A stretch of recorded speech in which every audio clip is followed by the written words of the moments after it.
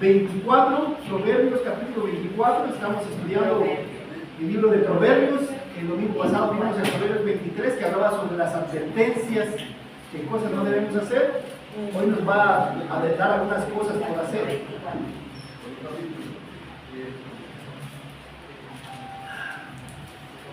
Proverbios capítulo 24.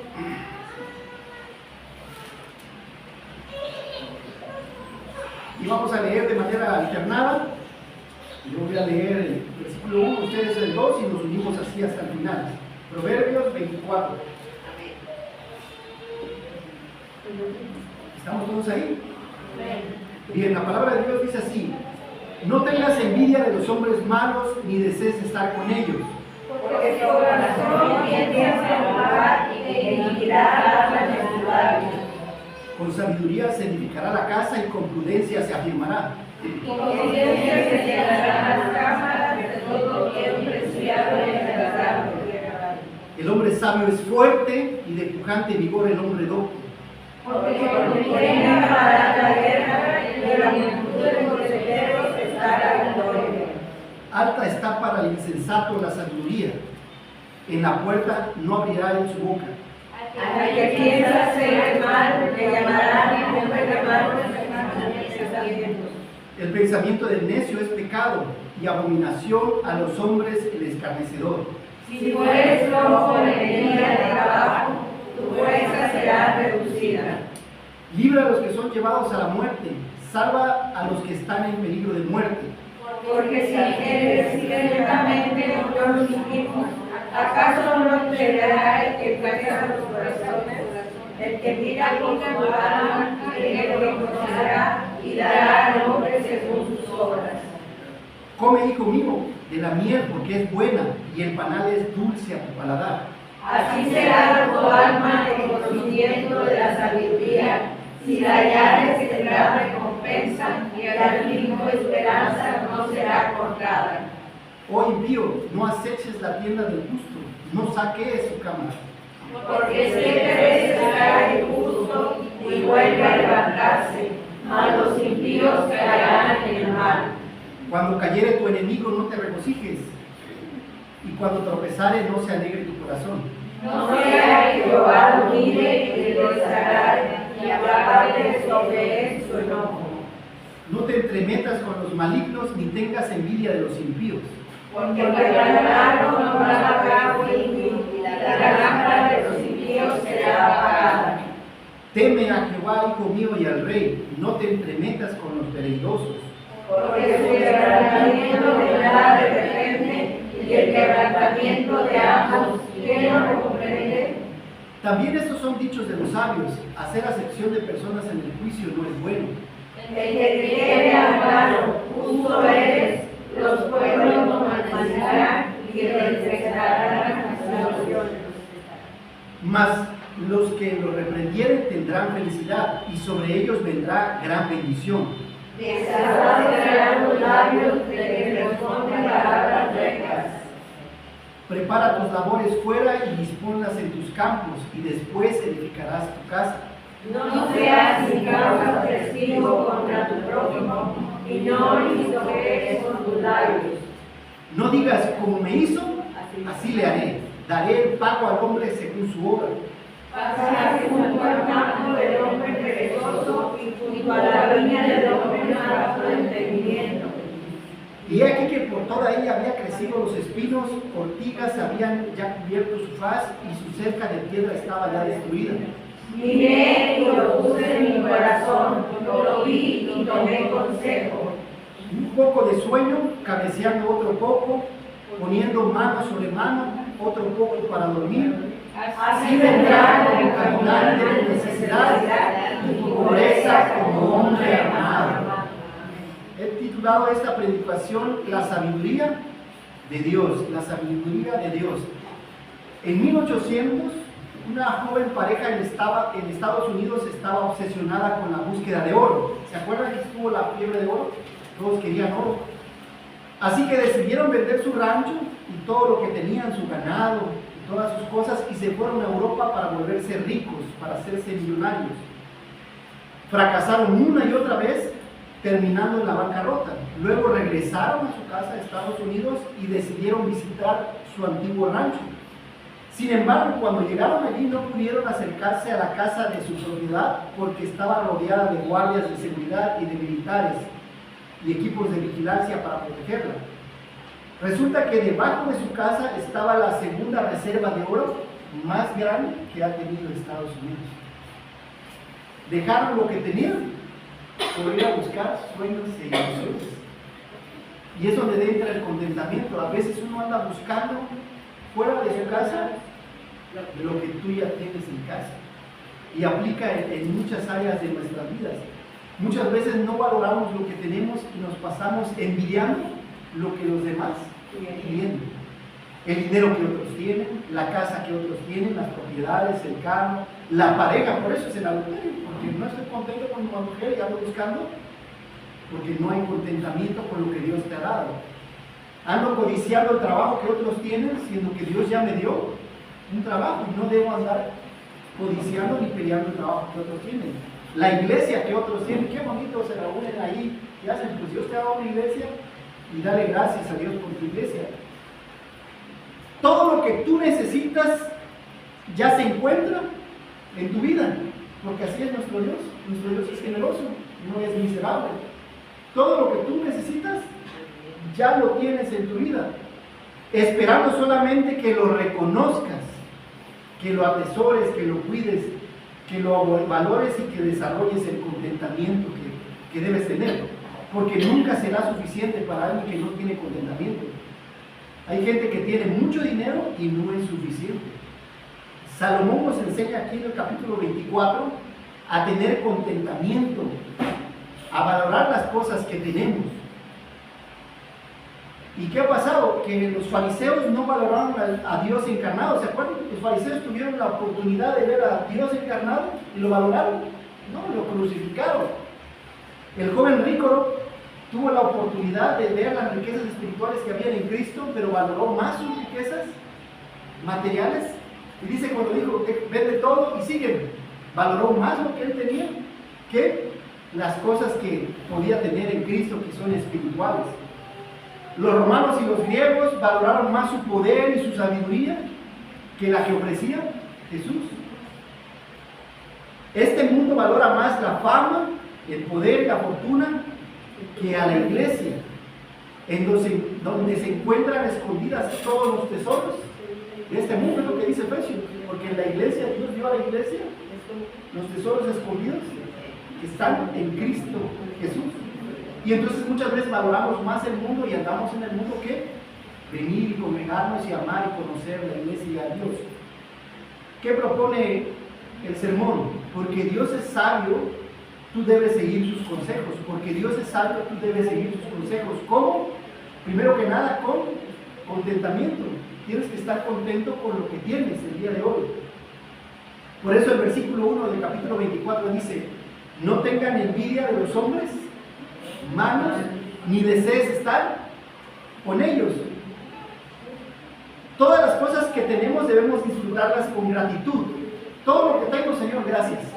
Y todo lo que no tengo, debo enfrentarlas con contentamiento, ¿verdad? Todo lo que tengo, Señor, gracias. Y todo lo que no tengo, todo lo que me falta, Señor, gracias, porque no, con contentamiento. Estoy contento porque no lo tengo, por algo ha de ser. ¿Qué es el contentamiento? Es el estado emocional de satisfacción. Las personas generalmente no están satisfechas con lo que tienen y comienzan a buscar más y más en otros lugares, con otras personas y en otras cosas, olvidando que todo proviene de la mano de Dios. Por eso Jesús dice, el hombre no consiste en las riquezas que tiene. O sea, es interesante cuando Dios explica eso, cuando Cristo dice, es que el hombre no depende de las riquezas materiales que posee, sí de las espirituales, pero no de las materiales, y le damos demasiada importancia a lo material, porque somos carnales y no espirituales. Y entonces aquí entra ya la filosofía de la vida. ¿Tú cómo ves tu vida? ¿Como el vaso medio lleno o medio vacío? ¿Cómo está tu vida? ¿Estás lleno? ¿Eres feliz? ¿Estás alegre? ¿Estás contento? o estás triste, eres miserable, estás insatisfecho. ¿Cómo ves la vida? Es una decisión, yo no puedo tomar esa decisión. Esta es una pregunta que revela el contentamiento de una persona. Si eres una persona feliz y dichosa, o hay cosas que te faltan en la vida. Tienes a Dios, y es lo más importante en la vida. Nuestro andar con Dios no es simplemente ser optimista, poner una cara feliz y tratar de encontrar el bien en los días malos. El verdadero contentamiento surge de la creencia profunda que Dios está orquestando todo en la vida del cristiano para su bien. Por eso dice, a los hijos de Dios todas las cosas les ayudan. Y entonces van a haber dificultades en el matrimonio, sí. Problemas económicos, sí. Problemas en el trabajo, sí. Problemas en la iglesia, sí. Problemas en la sociedad, sí. Pero tenemos el contentamiento que Dios está orquestando todo para nuestro bien. Y podemos ver en la vida de José, ¿se acuerdan de José? El hijo amado, los hermanos lo quieren matar, después lo venden, es esclavo, y después, si fuera poco esclavo, va y sirve como esclavo a Potifar, y después le echan la culpa de que había querido violar a su mujer, y era mentira, ¿verdad? Todo eso. Y Señor, ¿yo por qué? ¿Qué plato estoy pagando? ¿Qué culpa tengo?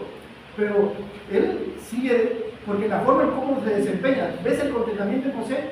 Porque no es un siervo malagradecido, voy a hacer limpiar o hacer lo que tengo que hacer, porque lo ponen como jefe pues, de la casa de Potifar. ¿Quiere decir que lo hacían? Bueno, Señor, me tocó eso por algo. Él sabía, José sabía que Dios estaba obrando todo eso para su bien. Y de ahí lo mandan a la cárcel, y en la cárcel sigue haciendo las cosas bien, y ayuda al panadero y al copero, y les revela el sueño. Y aún así, sigue, él dice, oye, no se acordaron de mí, llega con Faraón, lo ponen, sigue siendo siervo, porque ahora es secretario de gobierno, pero sigue trabajando.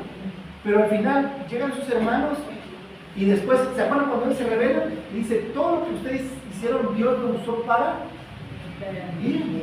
Entonces, todo lo que tú pudieras estar viviendo, el proceso que Dios te tenga viviendo el día de hoy, es para tu bien, porque Dios está trabajando en ti. Que tú no lo puedas ver es otra cosa. A veces quisiéramos estar con nuestra familia, con nuestros amigos, la comida, que extrañamos la comida de donde somos originarios, o alguna cosa que pudieras anhelar, pero sabes que todo Dios lo encamina para tu bien. Tienes que tener ese contexto en tu cabeza presente. Y me gustó mucho que platiqué con Marcos, nos visita, tiene esa mentalidad de que pues, él estaba en Estados Unidos y lo deportó ICE para venirse aquí a México, y me gusta su forma de pensar, de que dice que Dios está obrando para su bien. Pues, Señor, ¿por qué? Aunque él siendo cubano, me dice, no, Señor, ¿por qué no Cuba? ¿Por qué no Estados Unidos? Porque Dios está trabajando en su vida. Él fue el de eso, y me gustó mucho esa madurez que tiene de decir, Dios está trabajando en mi vida para mi bien. Y a veces tiene que moverte de tu lugar de confort, de tu lugar de comodidad, porque Dios quiere usarte, pero primero tiene que trabajar en ti, en tu fe, en tu incredulidad. Y hay cosas, áreas que va a trabajar en su matrimonio, en sus hijos, en su trabajo, su economía, su familia, su espíritu. Seguirá trabajando en Marcos, y oremos por él. Porque sabemos que los que aman a Dios, todas las cosas les ayudan a bien. Si creemos las verdades en la palabra de Dios, podemos decir honestamente que todas las cosas están obrando para nuestro bien, para su gloria. Y ahora todo eso surgió, la falta del contentamiento, ¿dónde surge? En el Edén, con Adán y Eva, desafiando la base de su contentamiento. A los primeros seres humanos se les dieron suficientes razones para estar satisfechos. ¿Tenían alguna necesidad, Adán y Eva? ¿Tenían necesidad de trabajar? Ya nomás era de ir. ¿Tenían frío, calor? ¿Tenían necesidad de un techo?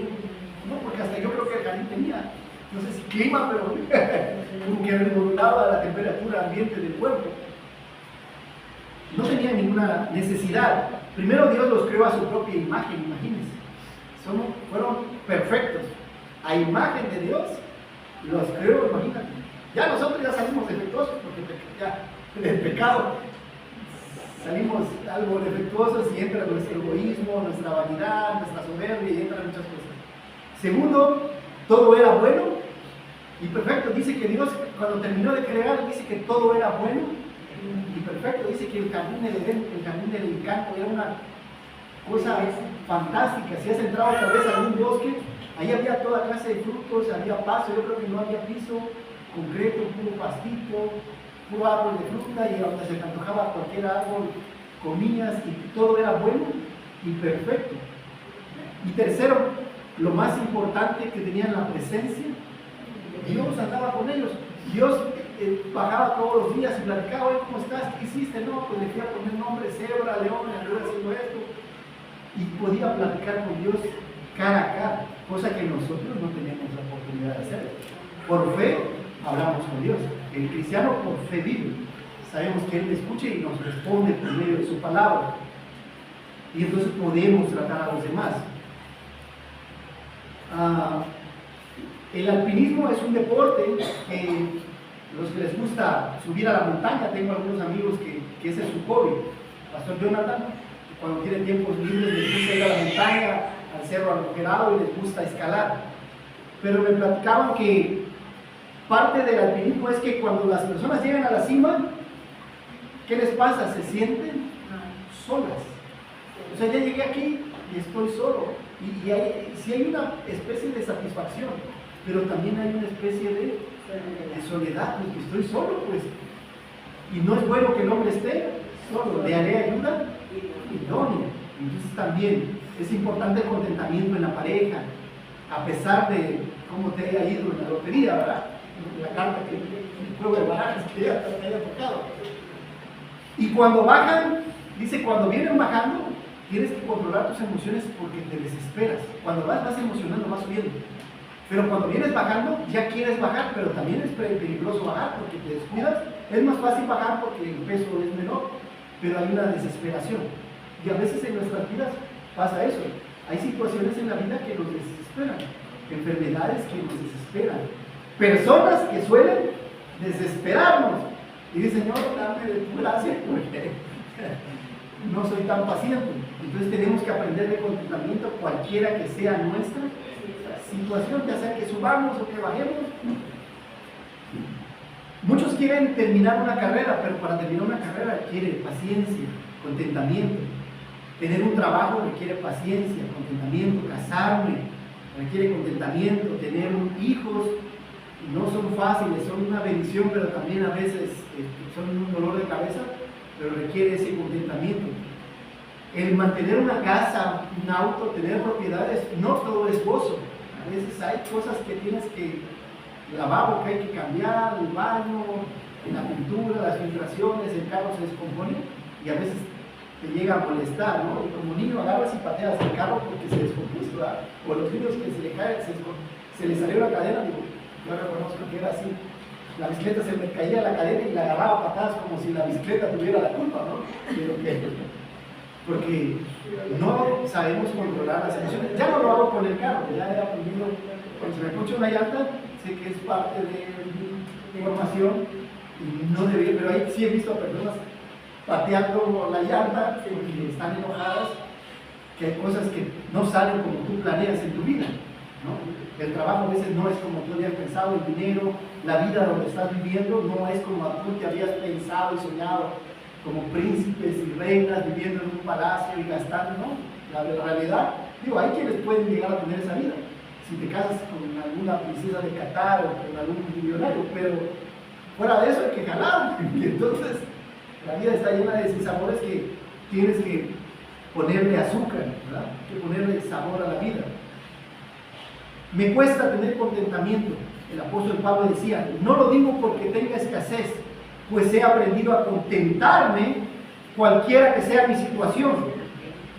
Sé vivir humildemente en la pobreza y sé tener abundancia en la riqueza. En todo y por todo estoy enseñado, así para estar saciado, para estar lleno, como para tener hambre, así para tener abundancia como para padecer necesidad. ¿Qué está enseñando aquí el apóstol Pablo? Que en la vida a veces el pato nada y a veces que ni agua bebe, ¿verdad? En la vida hay abundancia y estás comiendo en San Pedro, en el mejor restaurante, y a veces no hay ni para las tortillas, es lo que está diciendo. Y que tienes que aprender en esos momentos también de vacas gordas a ahorrar e invertir para que cuando vengan las vacas flacas tengas de dónde sacar. Es que la meta no es que llegue a la quincena y te gastas toda la quincena y estás esperando la otra quincena para gastarlo. Es ahorrar un principio del 20% que la mayoría no lo hacemos. Y después de 50 años tú puedes disponer de ese dinero, pero bueno, hemos sido mal enseñados. Aprender contentamiento a pesar del trabajo. Hay quienes trabajan, yo sé que hay quienes se levantan en la madrugada y llegan en la noche a su casa, pero hay que tener ese contentamiento a pesar de las horas de trabajo. Te puede tocar un jefe negrero que que quiere que trabajes todo el día, pero el trabajo, el horario normal son 8 horas, ¿verdad? En esas 8 horas está bien, hay quienes trabajan 10, 12 horas, más los que aquí en Monterrey, 2, 3 horas para ir y 2, 3 horas para regresar, se te va todo el día. Tener contentamiento, sea poco, sea mucho, estar contento. Aprender contentamiento aunque pierdas a un familiar. Hay un planeo de perder a la pareja o algún hijo. Son cosas que Dios permite. Y si Dios lo permite, tenemos que dar gracias a Dios porque lo hace con un propósito. No lo entendemos. En nuestra humanidad no lo vamos a entender, pero tenemos que dar gracias a Dios. Y un claro ejemplo ahorita de la falta de contentamiento es el iPhone 17. ¿Alguien tiene un iPhone por acá? ¿Jóvenes tienen un iPhone? ¿Ustedes? ¿Un iPhone 17? ¿Alguien? El iPhone 1 salió en el 2007 y lo creó Steve Jobs. Imagínense, y si vas haciendo cuenta, 7, 8, hasta el día de hoy son 17. Cada año ha cambiado, o sea, pero es una falta de contentamiento. Oye, es un buen celular. Si tienes el 1 no necesitas el 17. Pero lo creen como una... Y entonces es una falta de contentamiento estar cambiando un celular cada año. Y no crean que cuesta 1,000 pesos el celular. Mi celular creo que costó como 1,000 pesos. No crean que cuesta 1,000 pesos. No, el básico cuesta 20,000 pesos. El Pro está en 30. Yo tuve que checarlo para ver mi papá. ¿Dónde están las nubes? Digo, y hay otros que vienen más equipados con chapa de oro, hay unos que han estado saliendo así con bañados en oro, las carátulas y todo eso, es otra cosa. El adulterio es una falta de contentamiento. Las quejas en la iglesia son una falta de contentamiento. El lugar, ¿no? A veces, esta semana platiqué con el hermano Francisco y nos comentó que tal vez regrese, gloria a Dios, el próximo año. Entonces hay que verlo como una parte de contentamiento y poder apoyarle en lo que podamos, porque Dios nos está dando dirección y moviendo nuestra fe, tal vez para irnos a otro lado para poder crecer. Es lo que Dios hace. Se acerca el día en que los hijos que tienen a sus padres les pueden fallar. Las esposas que confían en sus esposos, tal vez las parejas les fallen. Y las personas ricas que tienen confianza en su dinero, tal vez su dinero, porque una vez enfermedad que llegue, ni todo el oro del mundo les quita cáncer o alguna enfermedad terminal. Pero únicamente Cristo es un ancla segura para que nuestra fe pueda permanecer, porque Él nunca te va a fallar. Y aunque te enfermes, Él va a estar contigo. Y el día que mueras, Él llegará por ti y te llevará a su gloria. Entonces, ten cuidado en quién depositas tu contentamiento. Pudiera ser en el dinero, en el trabajo, en tu pareja, en tus hijos. Tus hijos se van a ir. Tu pareja es imperfecta, el dinero va y viene. Y el trabajo al ratito te puede correr. Entonces, mejor deposita tu contentamiento y tu fe en Dios. La primera verdad nos lleva a la segunda. Porque Dios es sabio, tú debes seguir sus consejos. Porque Dios es sabio, tú debes seguir sus consejos. ¿Cómo? Testificando. Dice el versículo 11 del capítulo 24 de Proverbios: libra a los que son llevados a la muerte, salva a los que están en peligro de muerte. Nuestro deber como iglesia es testificar a otros de nuestra fe. Pero la pregunta es, ¿qué le pasa a las personas cuando mueren? Si creen en Cristo, ¿se van a dónde? Y si rehusan creer en Cristo, ¿qué les pasa? Se irán al infierno. Digo, no, yo no hice las reglas, está en este libro, creemos en este libro. Ahora, ¿qué le pasa a los niños cuando mueren? Se van a los cielos, porque de los tales es el reino de los cielos. ¿Y qué le sucede al morir a un niño no nacido, digamos, que es abortado desde el vientre de su madre, o a un bebé pagano, a los bebés que no son creyentes, incluso a un adulto maduro físicamente pero mentalmente discapacitado, como el síndrome de Down, y con su capacidad mental reducida? ¿Cuál es el destino de estas personas? ¿El cielo o el infierno? El cielo, ¿verdad? El cielo, porque siguen siendo niños. Es importante saber esto. Estas preguntas a veces atormentan a padres cristianos y a no cristianos. El día de hoy Israel ha matado en Gaza a más de 50,000 niños. Ha matado más niños que adultos. Ahora, ¿qué pasa con ellos? ¿Por ser musulmanes se van al infierno? No, los niños le pertenecen, sin importar cuál sea su creencia religiosa, le pertenecen a Dios. Dejad a los niños venir a mí, decía Jesús, porque de los tales es, porque de ellos, a ellos les pertenecen los cielos. Niños que siguen religiones falsas o que no participan en ninguna religión, ¿qué sucede con ellos? Van al cielo. La triste y gran realidad es que a través de toda la historia, cientos de millones de niños han muerto. O sea, si vamos para atrás a la historia, ¿se acuerdan que era una costumbre a Moloch ofrecer a los bebés? ¿Y cuántos niños no han muerto por tontería de los padres o de las naciones? El plan original de Dios era que todos, niños y adultos, una vez concebidos, vivieran por toda la eternidad, pero pecamos, y entró el pecado por Adán y Eva, y por el pecado la muerte, y así, por cuanto todos pecaron, estamos destituidos de la gloria de Dios. Hemos pecado. Recientemente leí que 1 de cada 4 embarazos no se logra. ¿Qué pasa con los bebés no nacidos? Están con Dios en los cielos. ¿Dónde está el alma de estos bebés? En el cielo. Ahora, ¿es mi deseo o es una respuesta que aparece en la Biblia? ¿Qué creen ustedes que sea? ¿Es mi deseo que los niños vayan al cielo o aparece eso en la palabra de Dios? Aparece eso en la palabra de Dios. Y son muchos los versículos, voy a mencionar algunos, para que no vean que es mi forma de pensar. El rey David nos explica en los siguientes salmos. En el Salmo 139, del 13 al 15 dice: porque tú formaste mis entrañas, tú me hiciste en el vientre de mí. Te alabaré porque formidables, maravillosas son tus obras. Estoy maravillado y mi alma lo sabe bien. No fue encubierto de ti mi cuerpo, bien en oculto fui formado y entretejido en el vientre de él. Dios te conocía desde él, porque desde el vientre de mi madre tú eres mi Dios. Porque Dios ama a los bebés y cuida a los hijos. Y después dice: mi embrión vieron tus ojos, y en tu libro estaban escritas todas aquellas cosas que fueron luego formadas sin faltar una de ellas. Dios sabe, Dios te conoce desde antes que nacieras y sabe lo que va a hacer con tu vida. Dios sabía que David iba a ser rey y que iba a servir a su generación. Dios sabe lo que va a hacer con tu vida, lo que estás haciendo, lo que estás pensando ahorita, cómo te va en la escuela, en tu trabajo, en tu matrimonio. Dios sabe tus actitudes, tus motivaciones, Dios las conoce. Y lo sabe David. Cuando nació el hijo de Betsabé, ¿se acuerdan?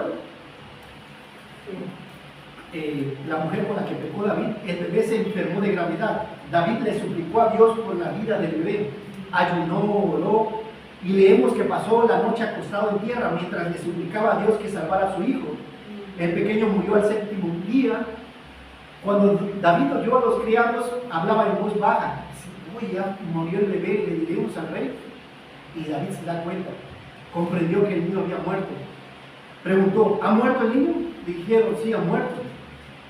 Y dice, y después él se levanta, se baña y come, cosa que no había querido hacer.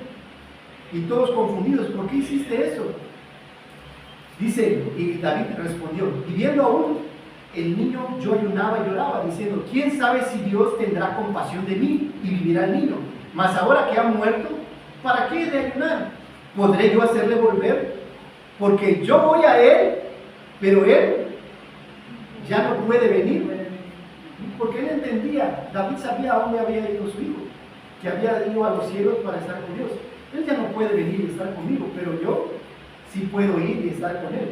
Entonces nuestros hermanos que han muerto en la fe, sabemos que están en los cielos Y nuestros familiares en Cristo están en el cielo. Y ellos no podrán venir para con nosotros. Pero nosotros sí podemos morir. Y con Él es un principio que nos dice que los que mueren en Cristo van a los cielos. Y David dice, desde el vientre de mi madre, Dios me conoció.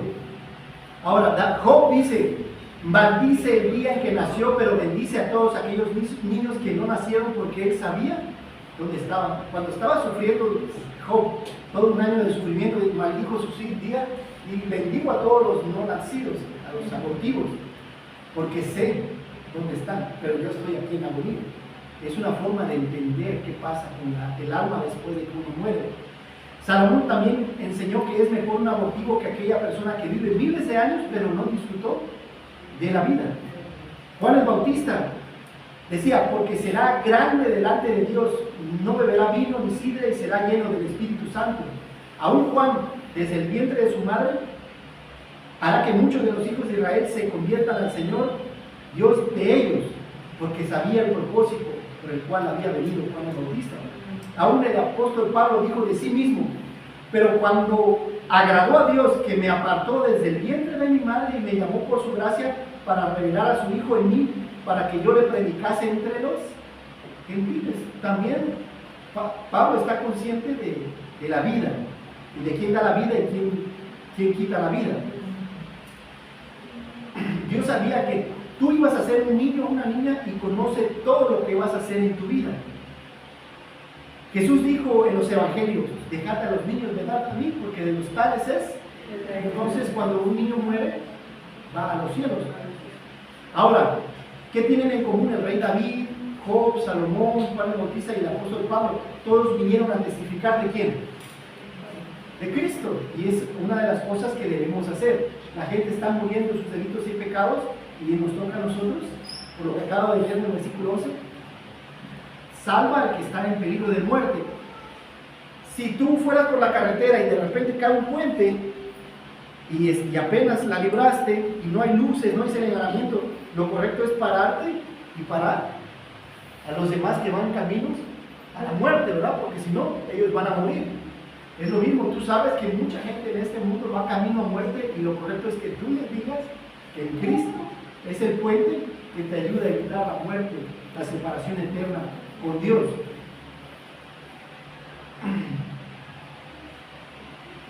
Todos vinimos a testificar de Cristo, ¿sí? Y todos tenemos vidas comunes, trabajamos, familia, necesidades, enfermedades, pruebas, tentaciones.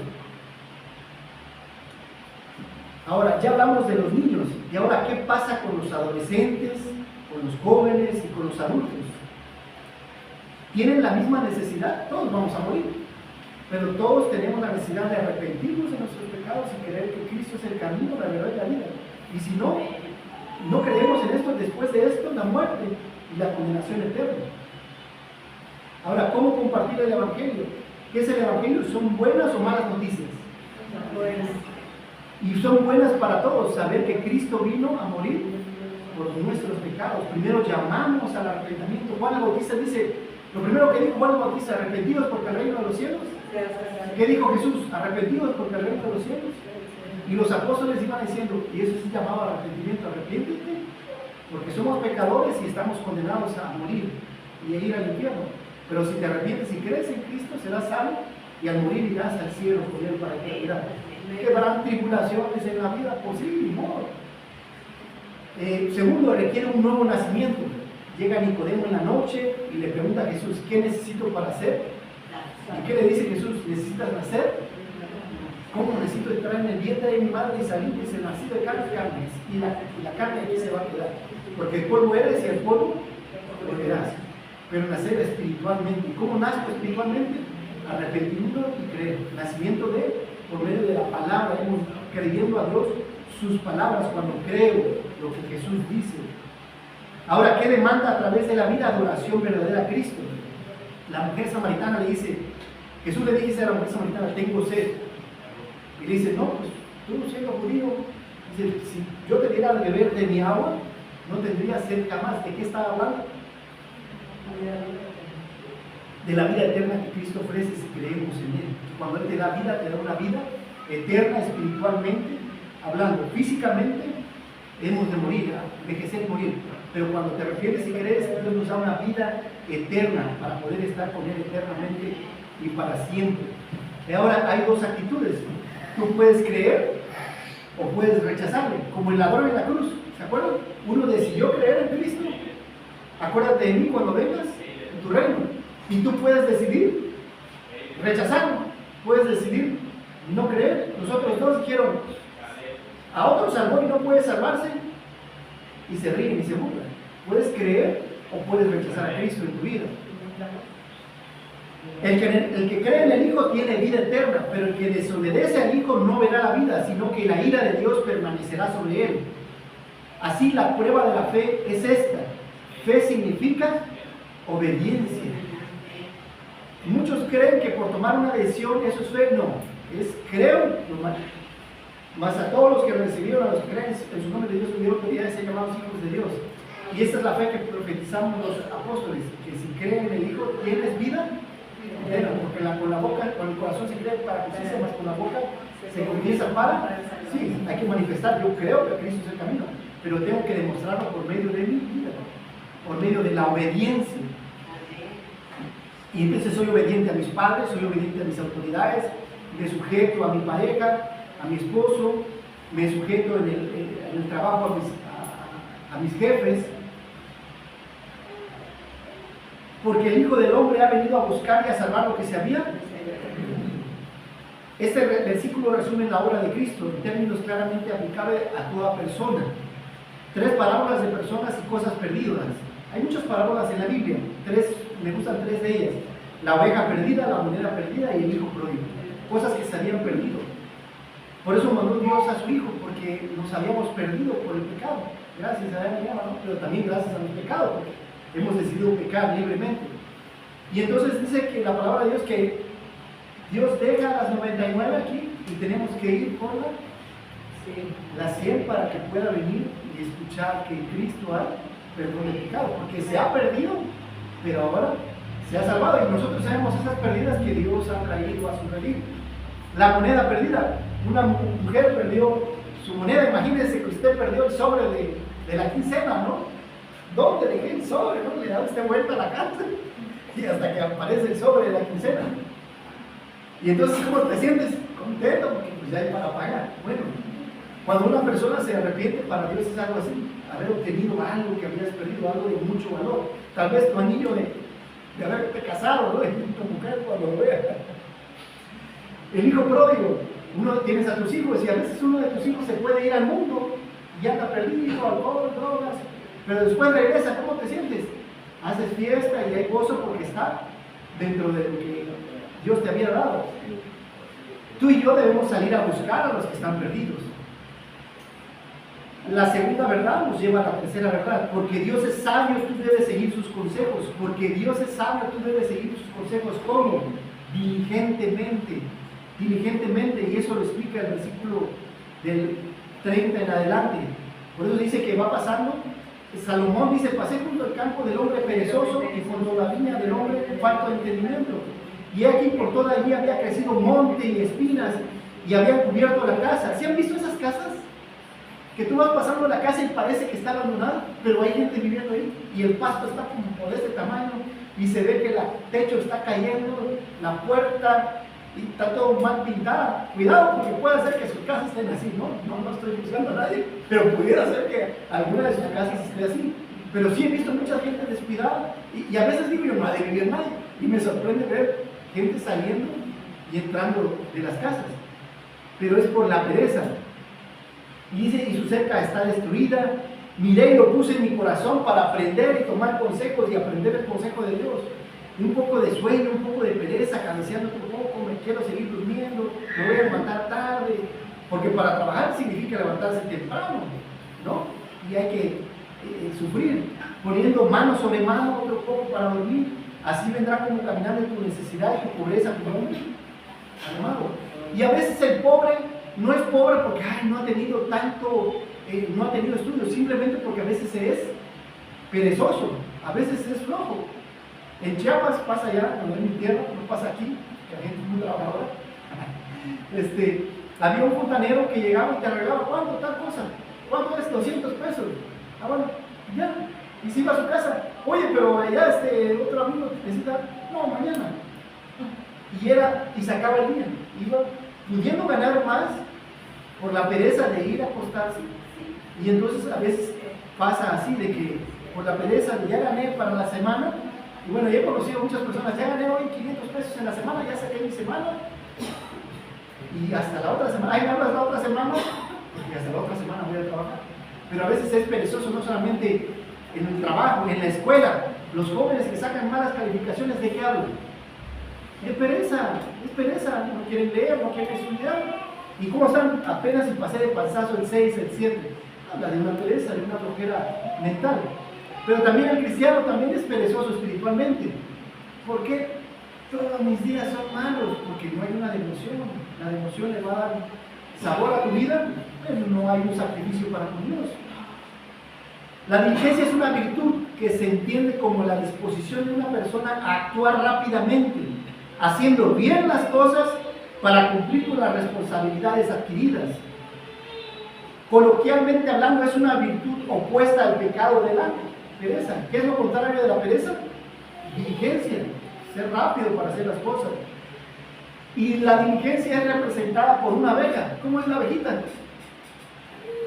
Trabaja, se la pasa trabajando, va y llega y saca de las flores el néctar y se la pasa trabajando, ya llueve y ya regresa, pero se la pasa trabajando todo el día. Y todas están trabajando. ¿No ves una abeja que esté en la hamaca, acostada o viendo la tele? No ves una abeja así. Todas están trabajando, ya sea en la casa, ya sea en la calle, ya sea en el trabajo, pero todas están ocupadas. Y dices tú, no, pues la abeja reina, pues esa le toca tener como 1000 zánganos en toda su vida, imagínate, si no es estarlos cuidando, si no es tener responsabilidad, todas trabajan. La diligencia en la Biblia se refiere a una actitud activa y perseverante en la búsqueda de la voluntad de Dios y en la realización de las tareas encomendadas por Dios para cada uno de nosotros. Es un llamado a esforzarnos y trabajar con esmero en todo lo que hacemos, confiando en la provisión y en la guía de Dios. Y un ejemplo muy bonito de esta diligencia es Josué, conquistando la tierra prometida. Y un capítulo y versículo que tal vez tú sepas, Josué 1:7. Solamente esfuérzate y sé muy valiente para cuidar de hacer conforme a toda la ley de mi siervo Moisés te mandó. No te apartes de ella ni a la derecha ni a la izquierda, para que seas prosperado en todas las cosas que emprendas. ¿Quieres que te vaya bien en la vida? Dice que pongas en práctica. Mira que te mando que te esfuerces. ¿Tienes que esforzarte en la escuela? Sí. ¿A poco un 10 te lo regalan? No, es difícil. El trabajo también es difícil. Que te ayuden a subir de puesto es difícil. Pero es esfuérzate. Mira que te mando que te esfuerces y seas valiente. Esfuérzate en todo lo que te hagas. En tu matrimonio, en la crianza de los hijos, en la iglesia, en tus amistades, en todo tiene que haber un esfuerzo. Aunque pueda ser que te hayan regalado todo, gracias a Dios, pero tienes que tener un esfuerzo mientras vivas en esta vida. Aunque sabemos que la salvación es regalo de Dios por medio de Cristo, pero tenemos que manifestar la vida de gratitud hacia Dios por medio de las obras.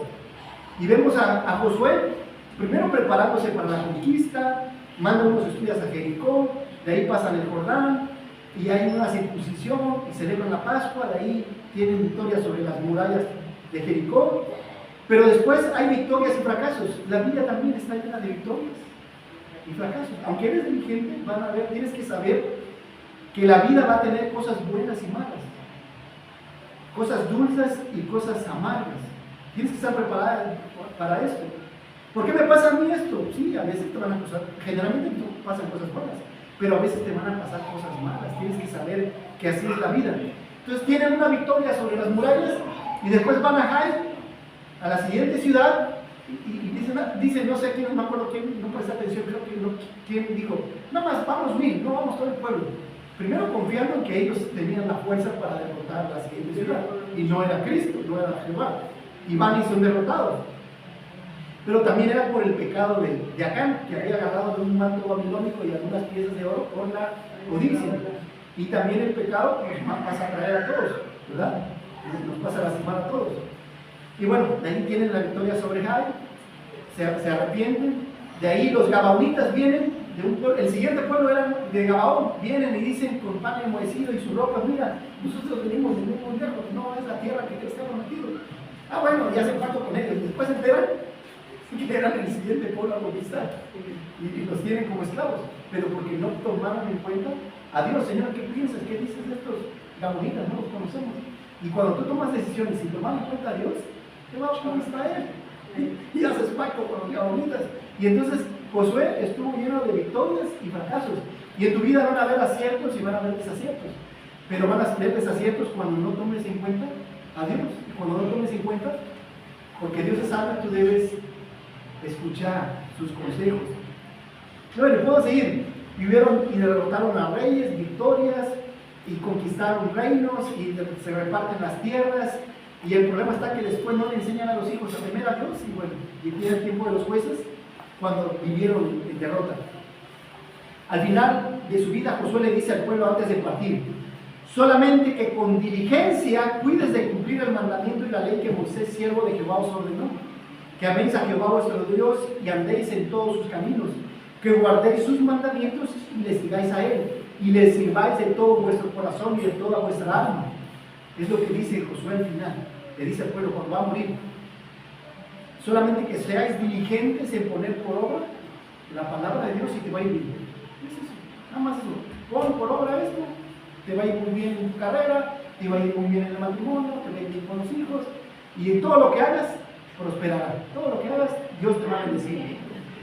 Y de ahí hay varios versículos que dicen que la mano negligente empobrece, mas la mano de los diligentes enriquece. Un diligente va a enriquecer. El alma del perezoso desea y nada alcanza, mas el alma de los diligentes será prosperada y enriquecida. Sí, sí, hay una diferencia entre el pobre y el rico, sí. Unos son diligentes, cuidadosos de lo que Dios da, y otros se les gastan todo. Y Pablo nos dice: procura con diligencia presentarte a Dios aprobado como obrero que no tiene de qué avergonzarse, que usa bien la palabra, diligentemente la palabra de Dios. En lo que requiere diligencia, no perezosos, no flojos, fervientes en espíritu, sirviendo al Señor. Vosotros también, poniendo toda diligencia, por esto mismo añadid a vuestra fe. Y está la escalera de la fe. Pedro nos dice: añadid a la fe virtud, a virtud conocimiento, dominio propio, paciencia, a la paciencia, piedad, y a la piedad, afecto fraternal. No es solamente la fe, empiezas con la fe, añadid a la fe virtud, o sea, ponte a trabajar, ser diligente en todas las cosas. Y bueno, y es unos escalones que necesitamos ir subiendo. Primera de Pedro, capítulo 1, está ahí. Por lo tanto, mira con diligencia cómo andéis, no como necios, sino como sabios, aprovechando bien el tiempo, porque los días son. Entonces, la diligencia es importante en la vida material y en la vida espiritual. La diligencia se manifiesta a través de la constancia en estudiar la palabra de Dios, en ponerla en práctica diariamente y en compartir a Cristo en la cruz.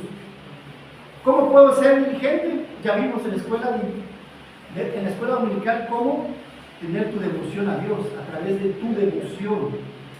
¿Qué significa devoción? Significa voto, consagración o dedicación.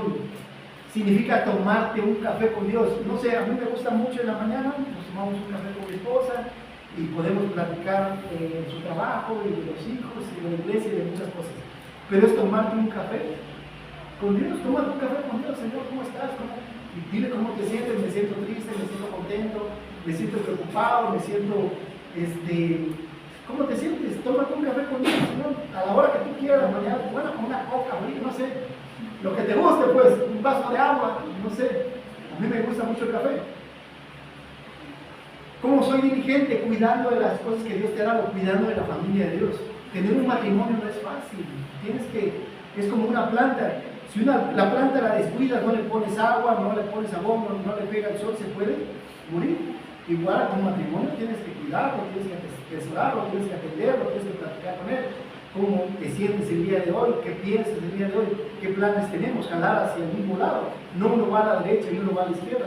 Uno quiere hacer las cosas y el otro no. Uno quiere tener vida espiritual y el otro una vida carnal. Por eso en Proverbios dice: conoce el estado de tus ovejas. ¿Cómo están tus hijos? ¿Qué piensan? ¿Qué sienten? ¿Qué creen? ¿No? En la medida, y eso se hace a través de platicar, de preguntas. No digo que estés todos los días con ellos, pues digo todo el día porque hay que trabajar y hay cosas que hacer. Pero sí esos momentos a ver de desayuno, comida o cena. ¿Cómo ser diligente? Cuidando de la iglesia de Dios. En adoración. Venimos aquí a orar, a adorar, a cantarle, a agradecerle lo bueno y maravilloso que es en nuestras vidas. Por darnos vida eterna, por darnos una familia, por darnos hijos, por darnos hermanos, por darnos amigos, por darnos libertad. Aquí tenemos libertad, en diferencia de muchos países que no tienen libertad de expresión. Teniendo comunión, terminamos y comemos y platicamos. Me gusta mucho ver a las hermanas que llegan y rápido se agarran parejas y se ponen a platicar. Eso es bonito, tener esa amistad entre los hermanos. Susana Wesley, la madre de Juan Wesley, que fue un gran predicador en el siglo pasado y llevó a millones a Cristo, decía: Señor, úsame para poder dar a conocer tu obra. Y entonces se casó con su esposo, tuvo una docena de hijos, pero tuvo a 2 hijos que fueron de gran bendición. Puede ser que Dios te está usando para que uno de tus hijos sea una antorcha espiritual en este mundo. Entonces, o seas la abuela que levante algún nieto que sea sal de esta tierra. Entonces, lo que Dios está haciendo en tu vida es de gran importancia estando en tu casa, educando a tus hijos, teniendo en orden el hogar. Porque, repasando, porque Dios es algo, primero tú debes seguir sus consejos. ¿Cómo? Primero, ¿cómo? Contentamiento. Segundo, porque Dios es sabio, tú debes seguir sus consejos. ¿Cómo? Testificando. Y 3, porque Dios es sabio, tú debes seguir sus consejos. ¿Cómo? Bien, vamos a ponernos de pie y vamos a orar y dar gracias a Dios por la oportunidad de predicar su palabra. Señor, gracias te damos por Proverbios 24, por la sabiduría que Salomón quiere regalarnos, el hombre más sabio que tú has puesto sobre este mundo. Porque tú eres sabio, queremos escuchar y seguir tus consejos, Padre. Ayúdanos a tener esa alegría, ese contentamiento de venir a tu casa. Yo me alegré con los que me decían: a la casa de Jehová iremos. Estar contento de vernos los unos a los otros, amarnos, perdonarnos, tolerarnos, animarnos a venir a la iglesia, Padre, a vivir una vida que te agrade. Si bien no somos perfectos, lejos estamos de ser perfectos, Señor, pero sí somos leales a ti, te amamos. Amamos a tu iglesia, amamos a los hermanos, amamos a este mundo que no tiene esperanza, pero en Cristo hay esperanza, Padre. Ayúdanos, Señor, a ser la luz de este mundo, a ser la sal de la tierra, a hablar sin temor, sin de nuevo, como cantamos, que no te dé temor hablar de Cristo. Ahí donde estés, con los hijos, con los nietos, con los vecinos, con los familiares, que podamos anunciar que en Cristo hay salvación y perdón de pecados y vida eterna en los cielos. Y ayúdanos, Señor, también a poder a tener esa diligencia, a tener el cuidado, a cuidar nuestros matrimonios, nuestros hijos, a cuidar nuestras iglesias, a cuidar ese tiempo de adoración contigo, Señor, el poder tomarnos un café contigo, el poder tener ese tiempo tan delicioso y tan deleítate a sí mismo en la palabra de Jehová tu Dios, y Él concederá las peticiones de tu corazón, sabiendo que al estar contigo tú suples todo lo demás, buscando primeramente el reino de Dios y su justicia, porque todo lo demás será añadido. Gracias, Señor, por tu palabra. En Cristo te damos gracias. Amén.